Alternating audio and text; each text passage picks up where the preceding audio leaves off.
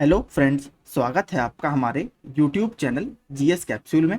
I hope आप सभी लोग अच्छे होंगे और आपकी तैयारी अच्छी चल रही होगी। फ्रेंड्स, आप सभी को पता है हम अपने इस चैनल के माध्यम से यूपीपीएससी और यूपी ट्रिपल एससी से संबंधित अलग अलग परीक्षाओं के लिए स्टडी मटेरियल आपको रेगुलरली प्रोवाइड कराते रहते हैं। तो अगर आप हमारे चैनल पर नए हैं तो प्लीज़ इसे रेगुलर अपडेट्स के लिए आप सब्सक्राइब कर लीजिए।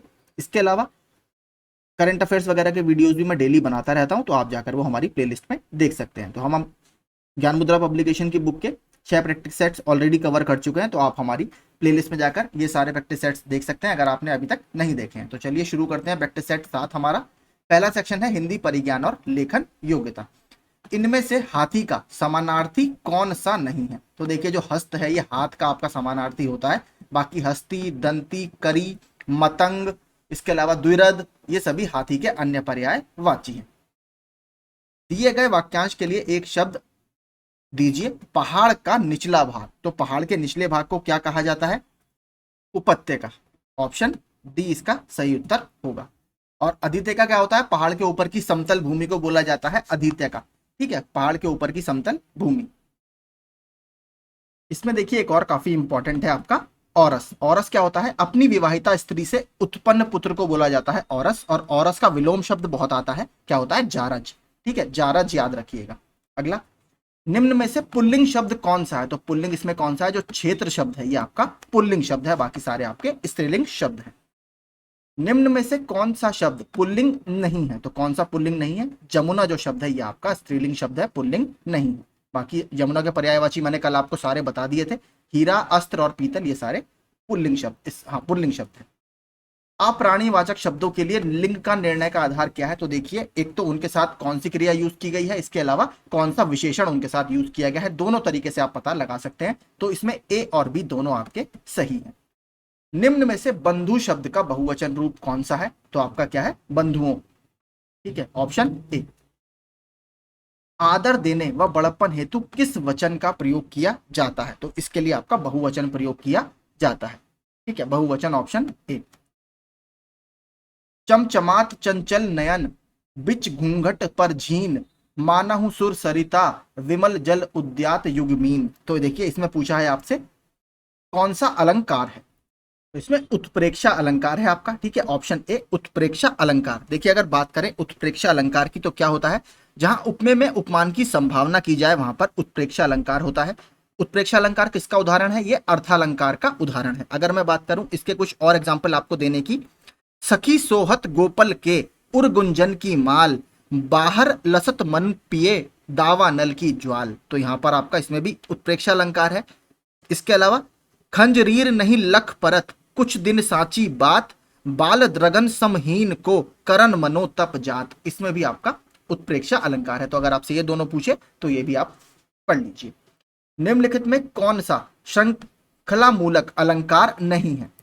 तो काव्यलिंग जो आपका है ये अर्थालंकार का उदाहरण है। अर्थालंकार के बहुत सारे एग्जाम्पल होते हैं, विरोधाभास अलंकार, विशेषोक्ति, दृष्टांत। ठीक है, इस तरीके के जो उदाहरण है ये सारे आपके अर्थालंकार के उदाहरण है। तो जो काव्यलिंग है आपका ये श्रृंखला मूलक अलंकार नहीं। Option D. मुख चंद्र में कौन सा समास है? तो मुख चंद्र में आपका कौन सा समास है? मुख कैसा है? चंद्र के समान है। तो यहां पर विशेषण विशेष्य का आपका बोध हो रहा है। ठीक है, तो कौन सा होगा? कर्मधारय समास होगा। यानी मुख की विशेषता बताई जा रही है। मुख किसकी तरह है? चंद्र की तरह है। कल हमने देखे थे कुछ इसके एग्जाम्पल, नील गाय। ठीक है, नील गाय मतलब गाय कैसी है? नीली है। आगे, व्यवहार का सही संधि विच्छेद क्या है? तो व्यवहार का क्या है आपका?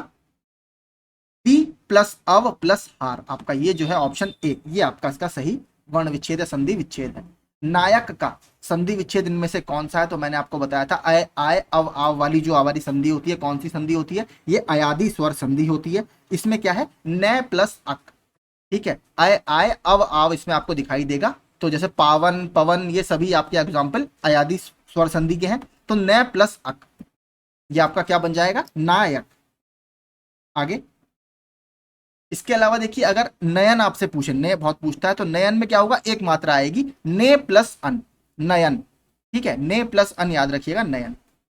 अगला, निर्भय का संधि विच्छेद है। तो निर्भय का संधि विच्छेद कौन सा है? इसमें आपकी विसर्ग संधि होती है, सिंपल है, निह प्लस भय। Option C. संधियां 3 प्रकार की हैं, स्वर संधि, विसर्ग संधि और आपकी व्यंजन संधि। स्वर संधि अपने आप में 5 प्रकार की होती है, वो हमने पूरी डिटेल में बात करी थी।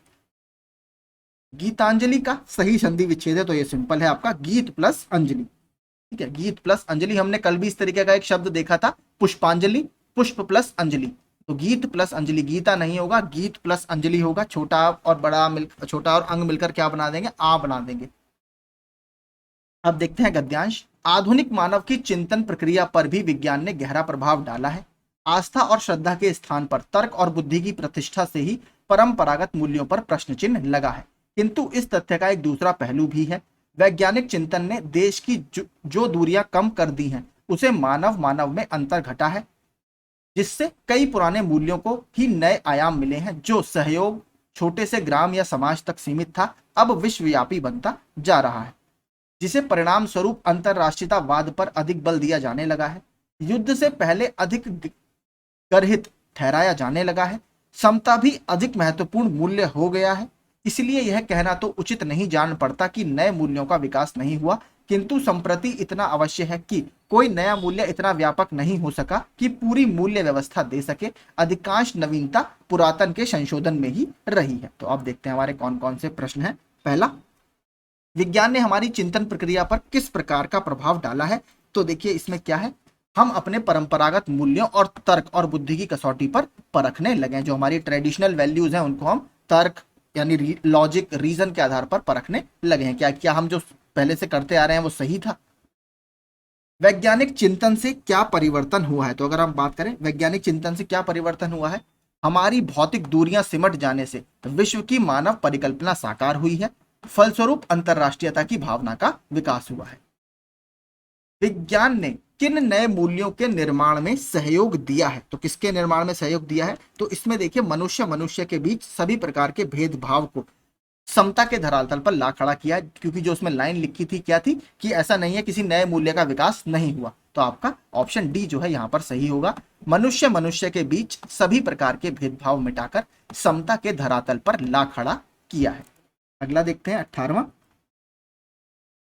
क्या आज के सभी मूल्य नवनिर्मित ही हैं। अगर बात करें तो नहीं, ऐसा नहीं है। अधिकांश जो आपके पुराने मूल्य हैं वही आपके संशोधित रूप में हैं। तो नहीं, अधिकांश पुरातन मूल्य ही संशोधित रूप में आ रहे हैं।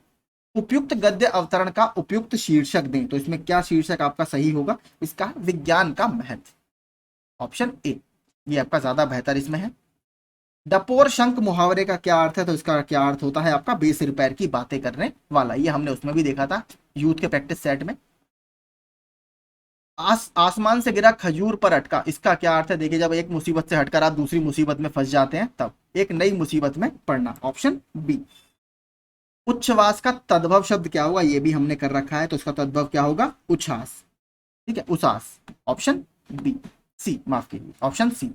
निम्नलिखित में से कड़वा का तत्सम शब्द कौन सा है। तो कड़वा का तत्सम शब्द क्या होगा, कटु, ऑप्शन डी। अगर बात करें बाकी की, तो चणक किसका होता है आपका, ये चने का होता है चणक।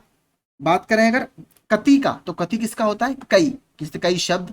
अगर बात करें महाग्र, तो ये किसका होगा, महाग्र आपका होगा महंगे का। जामुन शब्द का तत्सम क्या है आपका, जामुन शब्द का तत्सम है जम्बू, ऑप्शन सी। ये भी हमने देखी, जो मैंने फिर बताया आपको, आरओ यारो के लिए मैंने 3 वीडियो बनाए हैं, प्लीज जाकर प्लेलिस्ट में उन्हें जरूर देखिएगा। आपको हिंदी में बहुत हेल्प करेंगे जूनियर असिस्टेंट की, उसमें बहुत अच्छे अच्छे क्योंकि अच्छे स्तर के प्रश्न हैं।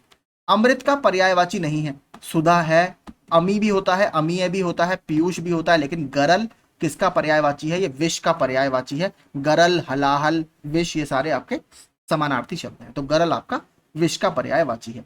गजवदन का पर्यायवाची क्या है। तो गजवदन का पर्यायवाची क्या होता है आपका, गणपति जी। प्रतारक किसका पर्यायवाची है, ये देखिए अच्छा शब्द है। तो प्रतारक आपका जो ठग होते हैं, ठग का पर्यायवाची है, ये इंपॉर्टेंट है। ठीक है, ठग के अगर अन्य पर्यायवाचियों की बात करें तो क्या क्या होंगे, एक होता है वंचक, एक होता है प्रवंचक। ठीक है, वंचक और प्रवंचक दोनों। इसके अलावा अड़ीमार और जालसाज, ये आपके इसके अन्य पर्यायवाची हैं। प्रतारक याद रखिएगा, प्रतारक, प्रवंचक, वंचक, अड़ीमार और जालसाज। ज्ञानी का विलोम शब्द क्या है। तो ज्ञानी का विलोम शब्द सिंपल है, अज्ञानी, ऑप्शन ए। अगला, क्षणिक का विलोम क्या होगा आपका, क्षणिक का विलोम होगा शाश्वत। ठीक है, शाश्वत को चिरंतन भी बोला जाता है, ठीक है, चिरंतन। स्वजाति का विलोम क्या है? विजाति। ये भी इंपॉर्टेंट है, ये भी आया हुआ प्रश्न है, इंपॉर्टेंट है। स्वजाति का विजाति। प्रतारक थोड़ा याद रखिएगा, नया शब्द है, मेरे लिए भी नया था, अच्छा शब्द है। आगे अब देखते हैं सामान्य बुद्धि परीक्षण के प्रश्न, मैं आपको आंसर बताता हुआ चलता हूँ। 31 का जो है 31वें का, वो है डी, समस्या हल नहीं की जा सकती। आपको कथनों की एक जोड़ी दी गई है, आपको बताना है कि कौन सा इसमें सही आंसर है। तो देखिए जो ऑप्शन सी है, क्या mxn एक अभाज्य संख्या है, ये वाला ऑप्शन जो है आपका ये सही है।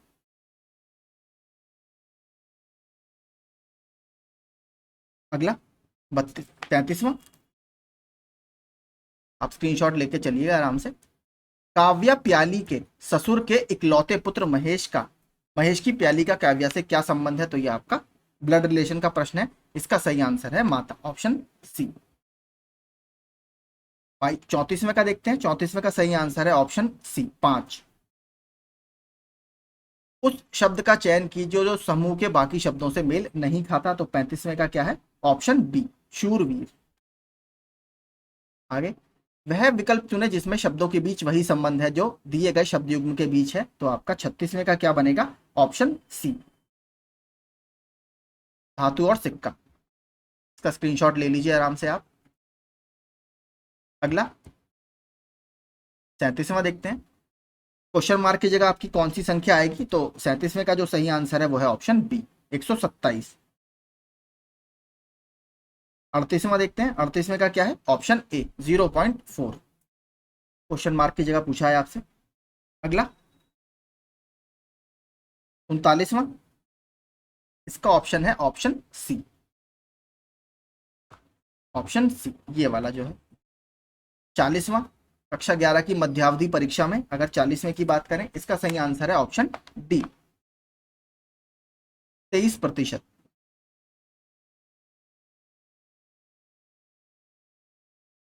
आप स्क्रीनशॉट ले लीजिए आराम से। 41वां,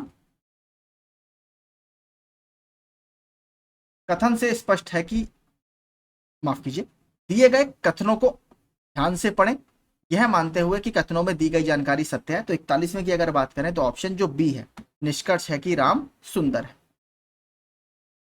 42वां, दी गई आकृति वाला जो प्रश्न है, इसमें कौन सी आकृति का आपका सही आंसर होगा? तो 42वें का आंसर है ऑप्शन बी, ठीक है, ऑप्शन बी आपका इसमें सही होगा। 43वां, इसका ऑप्शन है ए, ई आपका जो है ये सही होगा। स्क्रीनशॉट आप ले लीजिए। 44वां देखते हैं। यदि मोहन सोहन से लंबा है, तो मोहन सोहन से लंबा है, तो इसमें आपसे पूछा है कि सबसे लंबा कौन है? तो आपका 44वें का जो सही आंसर है वो है मोहन, ऑप्शन बी। बात करें अगर 45वें की, तो डाइस वाला जो प्रश्न है, इस तरीके का प्रश्न आता रहता है। 45वें का ऑप्शन जो सही आंसर है वो है बी, ये आपका इसमें बनेगा ऑप्शन बी, ठीक है। तो यही देखिए हमारे रीजनिंग के सारे प्रश्न थे। किसी प्रश्न में आपको अगर डाउट हो तो आप मुझसे कमेंट बॉक्स में पूछ लीजिएगा। अगला देखते हैं आप, सामान्य जानकारी, जनरल नॉलेज। पहला, मई 2023 में प्रधानमंत्री नरेंद्र मोदी ने महात्मा गांधी जी की प्रतिमा का अनावरण कहां पर किया है? तो जापान के हिरोशिमा में, ठीक है। हिरोशिमा आपको पता ही है, नागासाकी और हिरोशिमा पर आपके परमाणु बम गिराए गए थे अमेरिका के द्वारा द्वितीय विश्व युद्ध के दौरान, 6 और 9 अगस्त 1945 को। तो इसके अलावा देखिए प्रधानमंत्री नरेंद्र मोदी जी और वजह से भी बहुत चर्चा में रहे हैं। एक आपका आंध्र प्रदेश के पुट्टुपर्ती में साई हीरा ग्लोबल कन्वेंशन सेंटर, इसका उद्घाटन भी नरेंद्र मोदी जी के द्वारा किया गया है। ये बहुत इंपॉर्टेंट है, इसको याद रखिएगा, हो सकता है आपसे ये पूछ ले। साई हीरा global convention centre, पुट्टुपर्ती, Andhra Pradesh में। इसके अलावा आंध्र प्रदेश में एक और बहुत इंपॉर्टेंट अनावरण अमित शाह जी ने भी किया है। आंध्र प्रदेश का एक गांव है कुर्नूल डिस्ट्रिक्ट में, मंत्रालयम गांव, वहां पर भगवान श्री राम की 108 फीट ऊंची प्रतिमा का अनावरण अमित शाह जी के द्वारा किया गया है। तो उसका भी आप याद रखिएगा, वो भी आपसे पूछ सकता है। इनमें से कौन सा दिवस सुमेलित नहीं है? किसान दिवस 23 दिसंबर, विश्व हिंदी दिवस 10 जनवरी, राष्ट्रीय विज्ञान दिवस 28 फरवरी और विश्व कैंसर दिवस आपका ये 4 फरवरी को मनाया जाता है, ठीक है, 4 फरवरी को। और इस दिन देखिए राष्ट्रीय विज्ञान दिवस क्यों इंपॉर्टेंट है। राष्ट्रीय विज्ञान दिवस को सीवी रमन जी के द्वारा रमन इफेक्ट की खोज की गई थी, जिसके लिए उन्हें नोबेल पुरस्कार से भी नवाजा गया है। इसको याद रखिएगा, ये इंपॉर्टेंट है। बात करें 2023 के विश्व हिंदी दिवस की, इसकी थीम क्या रही? इसकी थीम थी इस बार की traditional knowledge to artificial intelligence, यानी पारंपरिक ज्ञान से कृत्रिम बुद्धिमत्ता की ओर। 23 दिसंबर को क्यों मनाया जाता है किसान दिवस? बहुत फेमस एक किसानों के लीडर रहे हैं चौधरी चरण सिंह जी, उनका जन्मदिन इस दिन होता है, तो उन्हीं के जन्म दिवस पर यह किसान दिवस मनाया जाता है। बात करें राष्ट्रीय विज्ञान दिवस, इसकी क्या थीम रही इस बार? क्योंकि सब करंट अफेयर्स के हैं तो चर्चा में आ सकते हैं हमारे एग्जाम में। Global science for global wellbeing, यानी वैश्विक विज्ञान किसके लिए? वैश्विक वेलफेयर के लिए, या वैश्विक आप कह सकते हैं सबकी मदद के लिए, ग्लोबल वेलबींग। फिर से बता देता हूं, global science for global wellbeing. इसके अलावा बात करें आपका कैंसर दिवस की, तो कैंसर दिवस आपको पता है 4 फरवरी को मनाया जाता है। कैंसर दिवस का जो सही आंसर होगा, सही थीम है इस बार की, वो है क्लोज द केयर गैप, यानी केयर के बीच में जो गैप है उसको कम करें। ठीक है, आगे चलते हैं। 48वां, तो इसका सही आंसर डी होगा, ठीक है, विश्व कैंसर दिवस। निम्नलिखित में से कौन हिंदुस्तानी संगीत शैली का हिस्सा नहीं है? तो देखिए जो संगीत शैली होती है 2 तरह की होती है, एक होती है हिंदुस्तानी म्यूजिक, एक होती है कार्नेटिक म्यूजिक। तो कौन सा नहीं है? देखिए जो तिल्लाना है, ठीक है, तिल्लाना आपका संगीत शैली, ये बेसिकली डांस का हिस्सा है। मैं आपको बताता हूं क्या होता है। जो भरतनाट्यम डांस है उसमें कई सारे स्टेप्स होते हैं, जैसे अलारिप्पू, जटीश्वरम, शब्दम, वर्णम और तिल्लाना, तो उसका पार्ट है तिल्लाना, ठीक है। तो ये हिंदुस्तानी संगीत शैली का भाग नहीं है। फिर बता देता हूं, अलारिप्पू, जटीश्वरम, शब्दम, वर्णम, तिल्लाना, तो ये इसका पार्ट होते हैं, तो ये इसका कोई भाग नहीं है। हिंदुस्तानी संगीत शैली और कार्नेटिक संगीत शैली, हिंदुस्तानी संगीत शैली मोस्टली उत्तर भारत से संबंधित है, कार्नेटिक संगीत शैली मुख्य रूप से दक्षिण भारत से संबंधित है। अगर बात करें इंडियन म्यूजिक या भारतीय संगीत का ओरिजिन कौन से वेद से माना जाता है, तो साम वेद से भारतीय संगीत का ओरिजिन माना जाता है, ठीक है। और जो मैंने आपको बताया तिल्लाना, इसके स्टेप्स मैंने आपको बता दिए, अलारिप्पू, जटीश्वरम, शब्दम, वर्णम, तिल्लाना, ये सब स्टेप होते हैं किसमें? भरतनाट्यम डांस में। तो भरतनाट्यम के बारे में थोड़ी सी बात बस कर लेते हैं। भरतनाट्यम जो माना जाता है भारत का सबसे ओल्डेस्ट ट्रेडिशनल डांस माना जाता है, कल्चरल नृत्य माना जाता है। कहां से, कौन से राज्य से आता है? तमिलनाडु से आता है। देखिए इसको माना जाता है, जो एक बहुत फेमस हमारी किताब है नाट्यशास्त्र, नाट्यशास्त्र किसने लिखी है? भरत मुनि के द्वारा लिखी गई है। तो ये माना जाता है कि इस डांस को जो है वो भरत मुनि ने क्रिएट किया था, तभी इसमें भरत है, भरत नाट्य, तो भरत मुनि के द्वारा माना जाता है, इसको क्रिएट किया गया है। देखिए सबसे पुराने इसके जो हमें साक्ष्य मिलते हैं वो मिलते हैं, आपने सुना होगा प्राचीन भारत के जो साउथ इंडिया के मंदिर थे उसमें मंडपम होता था, जहां पर आपके कीर्तन भजन होते थे भगवान को खुश करने के लिए। वहां पर कुछ भगवान से संबंधित देवों की दासियां होती थी। देव मतलब भगवान, दासी मतलब उनकी एक तरह से जो सेवा करती थी। तो देवदासी जो ट्रेडिशन आया था, वहां पर यह डांस होना शुरू हुआ था। उन देवदासियों के द्वारा ही ये डांस यानी भरतनाट्यम मंदिरों में होना शुरू हुआ था। उसके बाद अब इसको अलग अलग स्टेज पर परफॉर्म किया जाता है, और बहुत टफ ये डांस है, देखिए सब लोग इसको नहीं कर पाते। इसके अलावा देखिए बताता हूं मैं, इसके जो कुछ फेमस डांसर हैं उनके नाम हम देख लेते हैं, 2 से 3 हैं। एक रुक्मिणी देवी जी हैं, मृणालिनी साराभाई जी हैं, यामिनी कृष्णा मूर्ति जी हैं। इन तीनों के नाम याद रखिएगा, ये इंपॉर्टेंट है। आगे देखते हैं, निम्नलिखित में कौन सुमेलित नहीं है?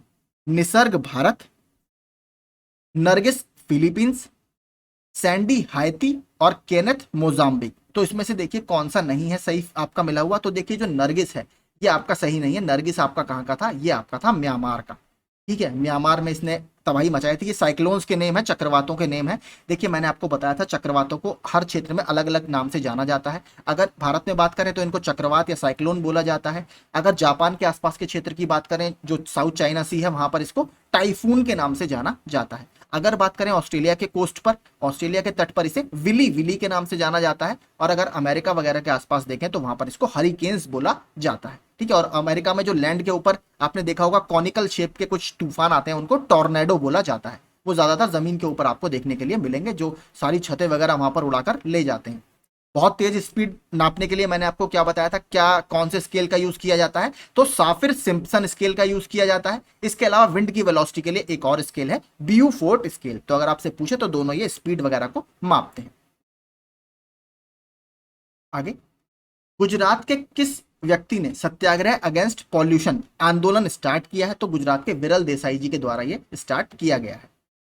और देखिए गुजरात तो लगभग पिछले 2 से 3 महीने में बहुत चर्चा में है। सबसे लेटेस्ट अभी बताता हूं क्या हो रहा है। यहां पर WHO का वर्ल्ड हेल्थ ऑर्गेनाइजेशन का पहला ट्रेडिशनल मेडिसिन पर यानी पारंपरिक दवाइयों पर शिखर सम्मेलन आयोजित किया गया है गुजरात के गांधीनगर में। इसमें अभी डब्ल्यूएचओ के डायरेक्टर जनरल ग्रेबेयस जी भी आए हैं। ठीक है, आपने डांडिया वगैरह बजाते हुए फोटो उनका देखा होगा। एक आपकी न्यूज ये हो गई।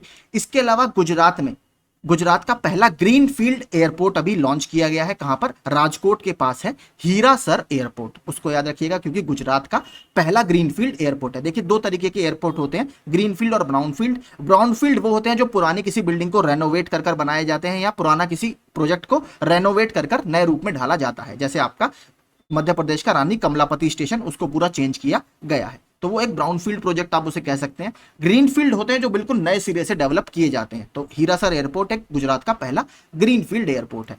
इसके अलावा बात करें, अमित शाह जी ने गुजरात में भारत के पहले सहकारी रूप से संचालित सैनिक स्कूल की आधारशिला रखी है। सैनिक स्कूल का इनॉग्रेशन किया। कहां पर? गुजरात के मेहसाणा में। अमित शाह जी ने ही गुजरात के साबरमती रिवर फ्रंट में अक्षर रिवर क्रूज का उद्घाटन भी अभी किया था, ये भी याद रखिएगा। तो इस वजह से अभी गुजरात काफी चर्चा में रहा। हाँ, सेमिकॉन इंडिया 2023, जो सेमीकंडक्टर इंडिया 2023 का उद्घाटन किया, वो भी गुजरात के गांधीनगर में नरेंद्र मोदी द्वारा किया गया। इसके अलावा एक नैनो यूरिया संयंत्र की आधारशिला गांधीधाम में रखी गई है अमित शाह जी के द्वारा, गुजरात के गांधीधाम में नैनो यूरिया संयंत्र की।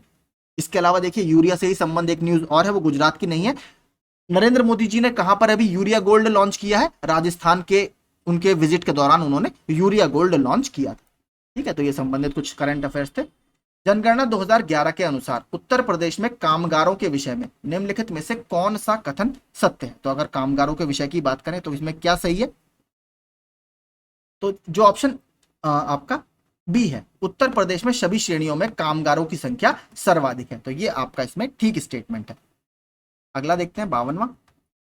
निम्नलिखित में से किसे अक्ष कहते हैं? तो पृथ्वी की अक्ष किसे कहते हैं? जो आपका नॉर्थ पोल और साउथ पोल को मिलाने वाली काल्पनिक रेखा होती है, उसको अक्ष बोला जाता है। तो क्या है? उत्तरी ध्रुव और दक्षिण ध्रुव को मिलाने वाली काल्पनिक रेखा। तो अगर इसकी बात करें, पृथ्वी अपने अक्ष पर कितने डिग्री झुकी हुई है? 23.5 डिग्री पृथ्वी अपने अक्ष पर झुकी हुई है। और आपको पता है, जो पोल्स पर हमारी धरती थोड़ी सी फ्लैट है और इक्वेटर के आसपास, भूमध्य रेखा के आसपास थोड़ी बाहर की तरफ खींची हुई है, तो इसको हम ऑब्लेट स्फेरॉइड बोलते हैं इंग्लिश में। ठीक है, तो पूरी तरह से मतलब ध्रुवों पर चपटी है और इक्वेटर पर थोड़ी सी बाहर की तरफ निकली हुई। 1857 में भारत में हुए विद्रोह के एक नेता तात्या टोपे का मूल नाम क्या था? तो तात्या टोपे का मूल नाम था रामचंद्र पांडुरंग जी। तात्या टोपे से एक प्रश्न और पूछा जाता है कि तात्या टोपे जी को कहां पर फांसी दी गई थी? तो तात्या टोपे जी को मध्य प्रदेश का एक शिवपुरी है, वहां पर इनको फांसी दी गई थी। ठीक है, शिवपुरी में। तो ऑप्शन बी आपका यहां पर सही होगा, रामचंद्र पांडुरंग जी। अगर बात करें, एक और पूछता है कि जो काकोरी ट्रेन डकैती में राम प्रसाद बिस्मिल जी पकड़े गए थे, उनको कहां पर फांसी दी गई थी? तो उनको गोरखपुर की जेल में फांसी दी गई थी। ये भी पूछता रहता है। अब थोड़ा सा इसमें एक इंपॉर्टेंट है, गोपाल कृष्ण गोखले जी। इनसे थोड़े से प्रश्न बन जाते हैं। गोपाल कृष्ण गोखले जी को अपना पॉलिटिकल गुरु कौन मानता है? महात्मा गांधी जी मानते हैं। और गोपाल कृष्ण गोखले किसे अपना पॉलिटिकल गुरु मानते थे? ये मानते थे महादेव गोविंद रानाडे जी को। गोपाल कृष्ण गोखले के द्वारा एक बहुत इंपॉर्टेंट सोसाइटी की स्थापना की गई थी, सर्वेंट्स ऑफ इंडिया सोसाइटी की, 1905 में। इसको याद रखिएगा, ये बहुत पूछता है। ठीक है, सर्वेंट्स ऑफ इंडिया सोसाइटी। और देखिए, इसके मुख्य उद्देश्य क्या थे? अगर सर्वेंट्स ऑफ इंडिया सोसाइटी, तो इंडिया सोसाइटी मतलब भारतीय समाज, उसके सेवक। तो इसका मुख्य उद्देश्य था फेमाइन रिलीफ। उस समय अकाल वगैरह बहुत आ रहे थे। ठीक है, उड़ीसा वगैरह में बहुत बड़ा अकाल 1866 में पड़ा था। उसके बाद और भी कई क्षेत्रों में लगातार अकाल पड़ रहे थे, तो उसमें रिलीफ देना, उनको सहायता प्रदान करना। इसके अलावा जो ट्राइबल्स थे, जनजातीय लोग थे, उनकी जो कंडीशन थी उसको इंप्रूव करना, ये दो इसके बहुत इंपॉर्टेंट उद्देश्य थे। और गोपाल कृष्ण गोखले ने कांग्रेस के कौन से सेशन की अध्यक्षता की है? तो 1905 का जो कलकत्ता का सेशन, बनारस का सेशन था, माफ कीजिए, 1905 का बनारस के सेशन की अध्यक्षता इन्होंने की थी। और यहाँ पर जो बंगाल का पार्टीशन हुआ था 16 अक्टूबर 1905 को, क्योंकि कांग्रेस के सेशन हमेशा दिसंबर में आयोजित किए जाते थे, साल के एंड में। और अगर इससे पहले कोई आयोजित किया जाएगा तो वो स्पेशल सेशन होता था। ठीक है, किसी इंपॉर्टेंट कार्य को लेकर स्पेशल सेशन कांग्रेस बुलाती थी। जो वार्षिक इनका अधिवेशन होता था वो दिसंबर में ही होता था। तो 16 अक्टूबर 1905 को जो बंगाल का विभाजन किया गया था, उसकी इसमें भर्त्सना की गई थी, उसका इसमें क्रिटिसाइज किया गया था कि ये सही नहीं। किसने किया था? लॉर्ड कर्जन ने, याद रखिएगा। 5वीं पंचवर्षीय योजना का मूल उद्देश्य क्या था? तो पंचवर्षीय योजना से प्रश्न आपके बनते रहते हैं। तो 5 ईयर प्लान का कॉन्सेप्ट हमने कहां से लिया है? वैसे तो ये यूएसएसआर, जो सोवियत रूस था, वहां से ये कॉन्सेप्ट लिया था, वहां पर ये स्टार्ट हुआ था। तो कौन क्या उद्देश्य था इसका? गरीबी हटाओ इसका उद्देश्य था। बात करें 5 ईयर प्लान की तो देखिए मोस्टली इनको प्लानिंग कमीशन जो था वो 5 साल के लिए इनकम और एक्सपेंडिचर के रूप में डिफाइन करता था, लेकिन अब प्लानिंग कमीशन तो है नहीं, तो अब एक तरह से 5 ईयर प्लान भी हमारे बंद हो गए हैं। लास्ट जो था आपका 2012 से 2017 तक था, ठीक है। जो 12वीं पंचवर्षीय योजना थी वो लास्ट थी, उसके बाद कुछ नहीं आया, क्योंकि उसके बाद 1 जनवरी 2015 से नीति आयोग आपका अस्तित्व में आ गया है, जो एक थिंक टैंक के रूप में कार्य करता है। लेकिन अगर बात करें थोड़े से कुछ इंपॉर्टेंट प्लान्स हैं जो अभी भी एग्जाम्स में पूछता रहता है, जैसे सबसे पहला 5 ईयर प्लान कब आया था? 1951 से 1956 में। बात करें अगर, जो प्रश्न बनता है वो यही बनता है, एक तो साल का बनता है, कौन से साल से कौन से साल तक, 51 से 56 तक। इसमें ये किस मॉडल पर आधारित था? ये हेरोड डोमार मॉडल पर आधारित था, ठीक है, याद रखिएगा, हेरोड डोमार मॉडल पर। इसके देखिए एंड में जब जिस साल ये खत्म होता है 1956 में, एंड तक आते आते भारत में 5 आईआईटीज की स्थापना की जाती है, ठीक है। सबसे पहला आईआईटी मैं आपको बता चुका हूं कल, 1951 में आईआईटी खड़गपुर स्थापित किया गया था। इसके अलावा बात करते हैं दूसरा जो 5 ईयर प्लान था, वो भी बहुत इंपॉर्टेंट है। दूसरा जो 5 ईयर प्लान था वो 1956 से 1961 तक चला। ये था नेहरू महालनोबिस मॉडल पर, ठीक है। पीसी महालनोबिस जी वही हैं जिनके उपलक्ष्य में हम क्या मनाते हैं? नेशनल स्टैटिस्टिकल डे मनाते हैं, राष्ट्रीय सांख्यिकी दिवस अभी निकला है कुछ दिन पहले, वो इन्हीं की याद में मनाया जाता है, पीसी महालनोबिस जी की। तो सेकंड 5 ईयर प्लान आपका नेहरू महालनोबिस मॉडल पर आधारित था।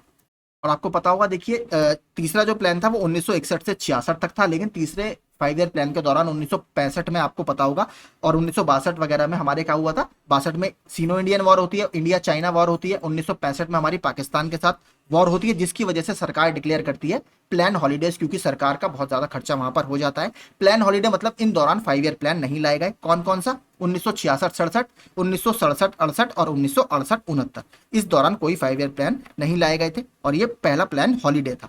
इसके बाद बात करें फोर्थ 5 ईयर प्लान की, ये आया फिर आपका 1969 से 1974 तक, और ये किस पर आधारित था? गडगिल फॉर्मूले पर ये आधारित था, ठीक है। और किसकी प्राइम मिनिस्टरशिप में आया था? इंदिरा गांधी जी की प्राइम मिनिस्टरशिप में ये आया था। और इसी दौरान आपको पता होगा 1969 में 14 बैंकों का राष्ट्रीयकरण किया जाता है, बाद में 1980 में 6 और बैंकों का राष्ट्रीयकरण किया जाता है, और इसी दौरान आपका आता है ग्रीन रिवॉल्यूशन, ठीक है। अपना बिल्कुल वैसे 66-67 में स्टार्ट हो जाता है, लेकिन जो अपने चरम पर जो उसके हमें इफेक्ट्स देखने के लिए मिलते हैं वो हमें इसी 5 ईयर प्लान के दौरान देखने के लिए मिलते हैं, ग्रीन रिवॉल्यूशन के, ठीक है। तो यही आपके सारे 5 ईयर प्लान जो इंपॉर्टेंट थे मैंने आपको बता दिया। लास्ट हमारा 12वीं पंचवर्षीय योजना थी 2012 से 2017 तक, क्योंकि अब प्लानिंग कमीशन नहीं है इसलिए हमारे यहाँ 5 ईयर प्लान नहीं चलते, उसकी जगह अब नीति आयोग के द्वारा ले ली गई, ठीक है। और हाँ, एक बार पूछ लिया था कि जो अंतिम हमारा 5 ईयर प्लान था 12वां, उसकी थीम क्या थी? तो उसकी थीम थी faster, more inclusive and sustainable growth. अगला देखते हैं 55वां, उच्च रक्तचाप और मधुमेह से पीड़ित लोगों के लिए किस मंत्रालय ने 75/25 नामक पहल शुरू करने की घोषणा की है? तो किस मंत्रालय के द्वारा शुरू की गई है? हाई बीपी और डायबिटीज के पेशेंट्स के लिए आया है।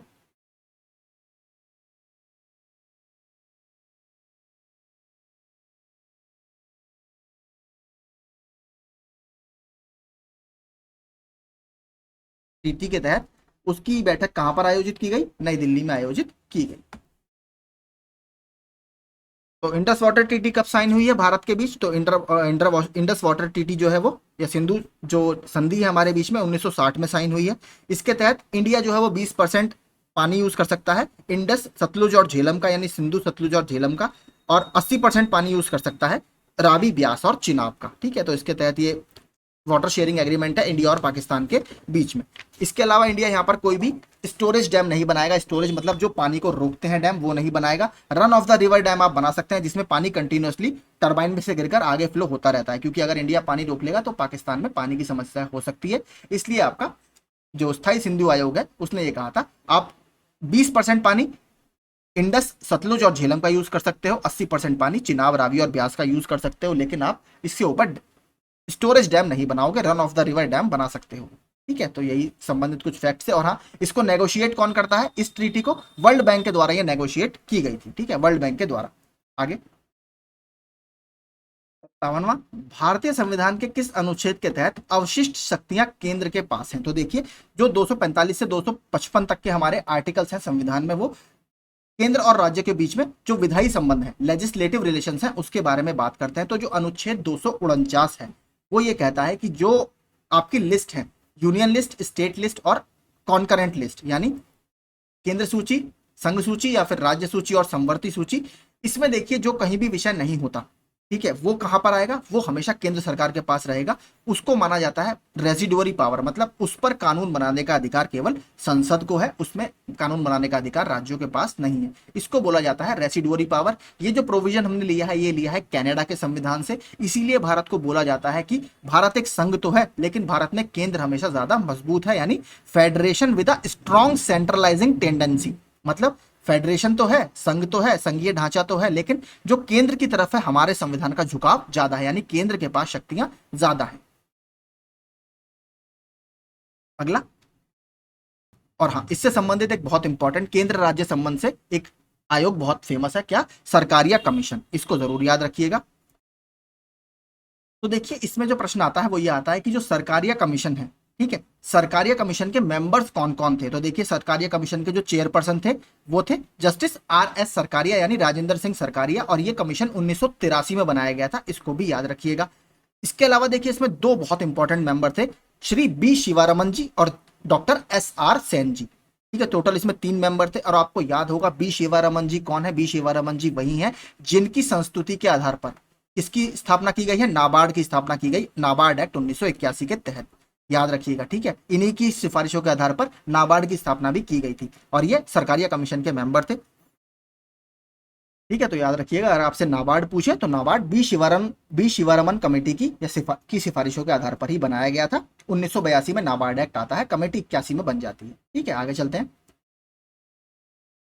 वायुमंडल के किस भाग में जल वाष्प की कुल मात्रा का 90% के आसपास का भाग विद्यमान रहता है। तो जो पृथ्वी के पास सबसे ज्यादा क्लोजेस्ट लेयर है वहीं पर आपको सारी वाटर रिलेटेड एक्टिविटीज देखने के लिए मिलती हैं, ट्रोपोस्फेयर यानी शोभ मंडल, ऑप्शन बी। अगर बात करें जो ओजोन है वो हमें कहां पर देखने के लिए मिलती है, ओजोन लेयर, वो हमें समताप मंडल यानी स्ट्रेटोस्फेयर में देखने के लिए मिलती है। आगे, एक परितंत्र में कौन से 2 घटक होते हैं, सिंपल है, इकोसिस्टम में 2 घटक कौन कौन से, बायोटिक और अबायोटिक। इकोसिस्टम जो टर्म दिया है किसने दिया है, सर ऑर्थर जी टेंसले ने ये टर्म दिया है।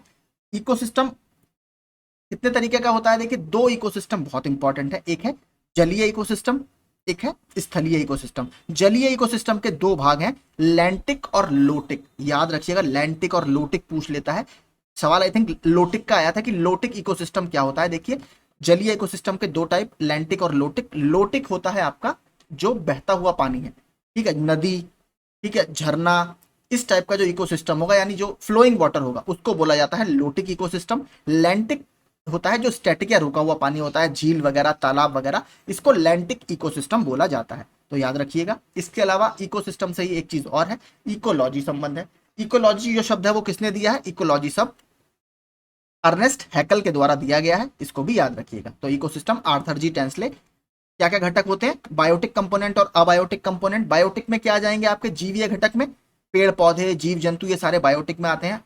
अबायोटिक में क्या आएंगे, सूर्य का प्रकाश, हवा, पानी, मॉइस्चर, रेनफॉल, ये सारे, मिट्टी, ये सभी आपके अजीवीय घटक में आएंगे।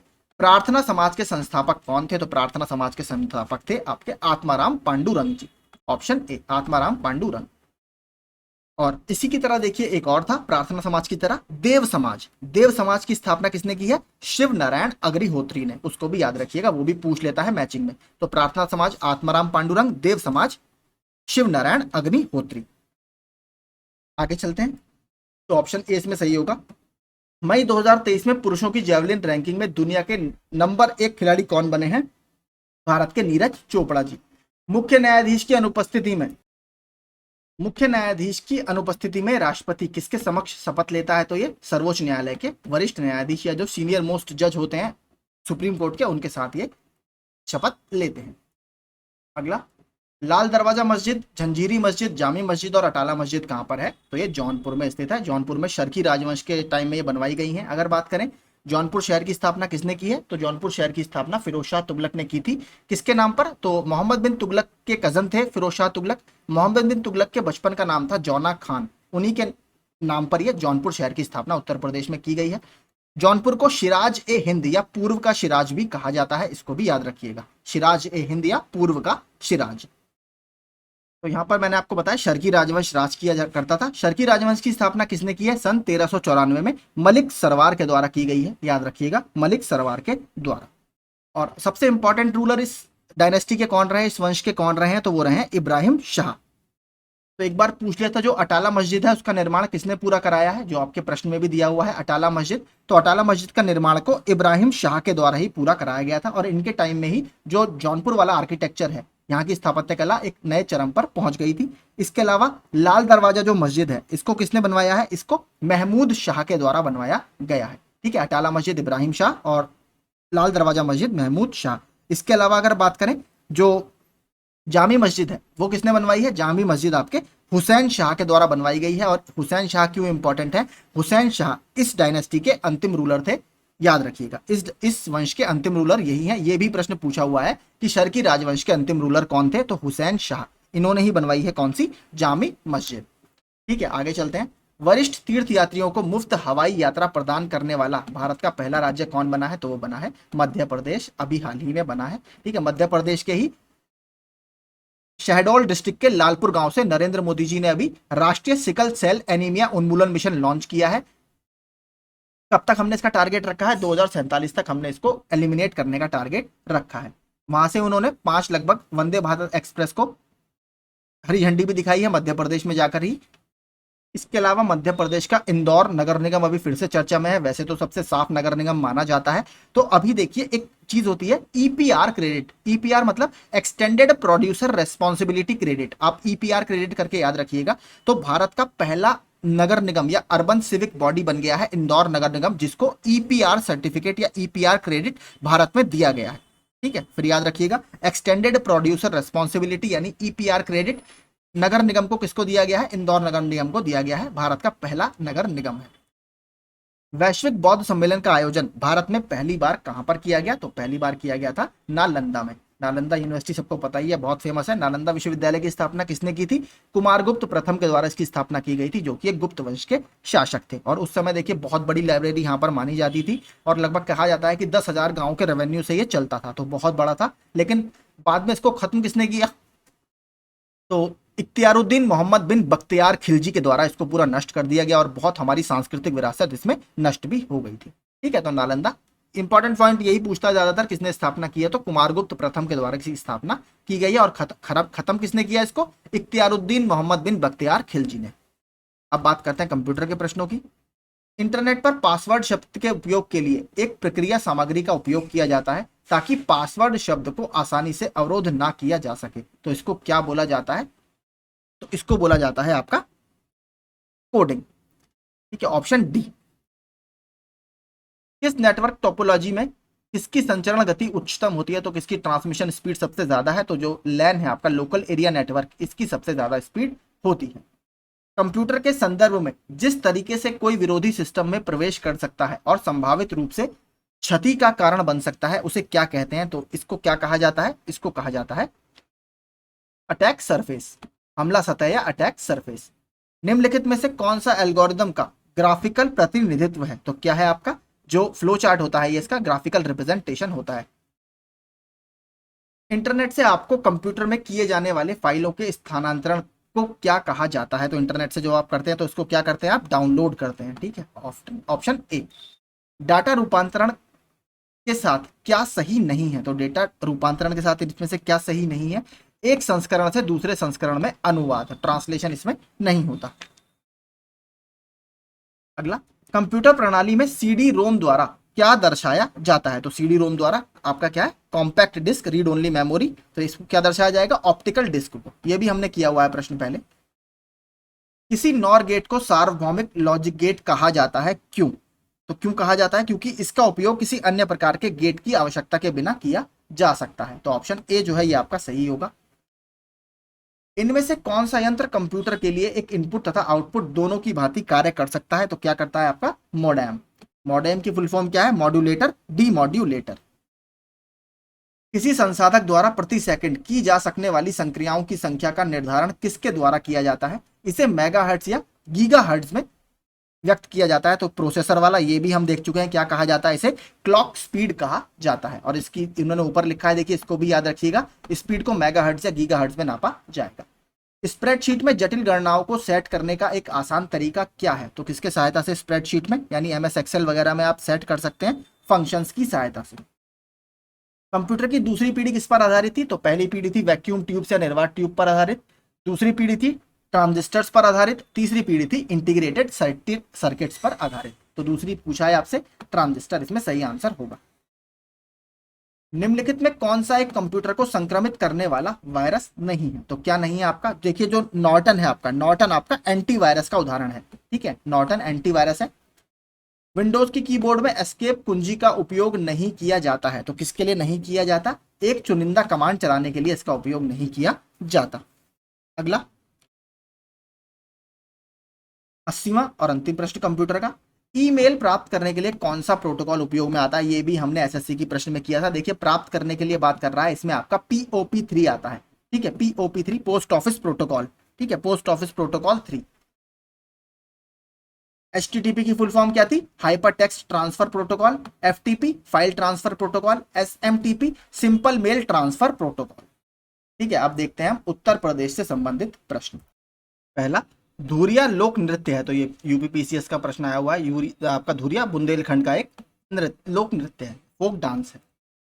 उत्तर प्रदेश निम्नलिखित में से किन फसलों का देश में सबसे बड़ा उत्पादक है? तो गन्ने का है, आलू का है, ठीक है, तो 1 और 3 का सबसे बड़ा उत्पादक है, 1 और 3, ऑप्शन डी हमारा यहाँ पर सही होगा। धान का उत्पादक सबसे बड़ा कौन है? वेस्ट बंगाल। भारत कला भवन संग्रहालय कहाँ पर अवस्थित है? तो ये वाराणसी में अवस्थित है। ये भी हमने यूथ के प्रैक्टिस सेट में किया था पहले। उत्तर प्रदेश के भाबर क्षेत्र में किस प्रकार की मिट्टियां पाई जाती हैं? ये भी रिपीटेड प्रश्न है। कंकरीली और पथरीली मिट्टियां यहाँ पर पाई जाती है। मृदा क्षरण को रोका जा सकता है, तो मृदा क्षरण को वन रोपण से हम रोक सकते हैं। उत्तर प्रदेश में नॉलेज पार्क की स्थापना कहां पर की गई है? तो ग्रेटर नोएडा में या नोएडा में, माफ कीजिए दोनों ही ऑप्शन दिए हुए हैं, तो ये आपके ग्रेटर नोएडा में की गई है, ऑप्शन सी। निम्नलिखित में से कौन सा जैव निम्नीकरणीय है? तो बायोडिग्रेडेबल इसमें से कौन सा है? जो रबड़ है ये आपका बायोडिग्रेडेबल है।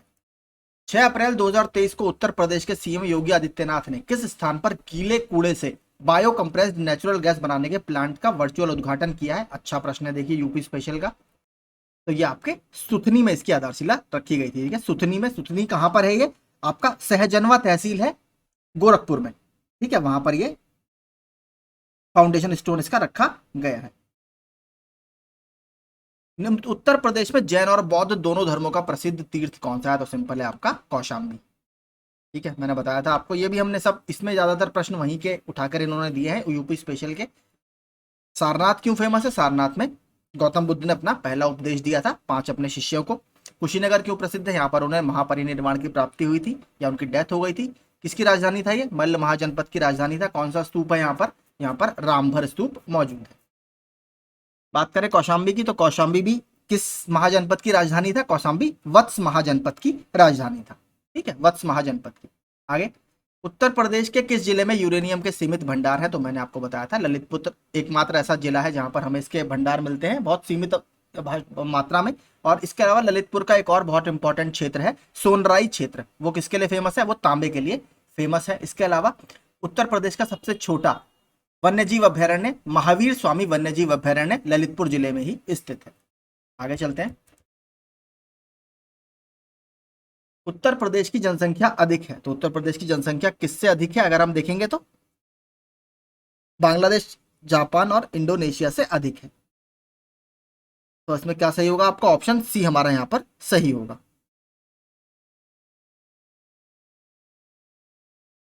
1, 3 और 4 आपका सही होगा, बांग्लादेश, जापान और पाकिस्तान। तो 1, 3 और 4, ऑप्शन डी। इंडोनेशिया से हमारी कम है। मुगल काल में जिस मदरसे से मुस्लिम न्याय शास्त्र की पढ़ाई विशेषता हासिल की, वह कहां पर था? तो वह लखनऊ में स्थित था। अगला, नवयुवकों द्वारा 18 वर्ष की आयु पर मताधिकार का पहली बार अधिकार किस आम चुनाव में प्रयोग किया गया था? तो यह 1989 के आम चुनाव में पहली बार इसका प्रयोग किया गया था। पहले 21 वर्ष थी, बाद में 61वें संविधान संशोधन से इसे घटाकर 18 वर्ष कर दिया गया। आगे चलते हैं। निम्नलिखित में से कौन इलाहाबाद में 1857 के संग्राम का नेता था? तो अलग अलग क्षेत्रों में अलग अलग नेता थे। इलाहाबाद में कौन था? मौलवी लियाकत अली, ऑप्शन डी। तात्या टोपे वगैरह आपको पता है, नाना साहब तात्या टोपे कानपुर वगैरह में थे। लखनऊ में बेगम हजरत महल थी। झांसी में महारानी लक्ष्मीबाई थी। बरेली या रोहिलखंड के क्षेत्र में खान बहादुर खान थे। बिहार वगैरह में आरा में कौन था, कुंवर सिंह जी थे। तो इस तरीके के कई सारे लीडर थे। जनगणना 2011 के अनुसार उत्तर प्रदेश में लिंगानुपात कितना है, तो लिंगानुपात है हमारा 912। अगला, रोजगार की दृष्टि से उत्तर प्रदेश का सबसे बड़ा उद्योग कौन सा है, तो हथकरघा उद्योग। देश की तीसरी रेल कोच फैक्ट्री कहां पर स्थापित की गई है, फुर्सतगंज राय बरेली में, ऑप्शन बी। भारतीय रेलवे ने उत्तर प्रदेश के किस शहर में ग्रुप उपा यात्रा आरंभ की, तो इसका आंसर है लखनऊ, ऑप्शन सी। उत्तर प्रदेश में सोना किस नदी के क्षेत्र से प्राप्त होता है, तो सोना हमें मिलता है आपका रामगंगा में और शारदा नदी में, ऑप्शन ए। कुछ स्तूप आपको यहां पर दिए हुए हैं, तो बात करें कुशीनगर नगर का, मैं आपको बता चुका हूं कुशीनगर में कौन सा था, रामभर स्तूप था। अगर बात करें सारनाथ में, तो सारनाथ में आपका धमेक स्तूप है, ठीक है, धमेक स्तूप। कौशाम्बी में कौन सा स्तूप है, घोषित राम मठ, घोषित राम। और श्रावस्ती में आपका सहेत महेत। श्रावस्ती बहुत फेमस है, क्यों, क्योंकि भगवान बुद्ध ने यहाँ पर सबसे ज्यादा उपदेश दिए थे। कौन से महाजनपद की राजधानी था, कौशल महाजनपद की राजधानी था, ठीक है। तो यही आपके सारे इसमें थे। इसमें कौन सा आंसर आपका सही होगा, ऑप्शन सी आपका यहाँ पर इसमें सही होगा। तो यही हमारे 100 प्रश्न थे। आई होप आपको सेशन अच्छा लगा होगा। ऐसे ही और प्रैक्टिस सेट्स के लिए आप हमारा चैनल सब्सक्राइब कर सकते हैं। Thank you so much.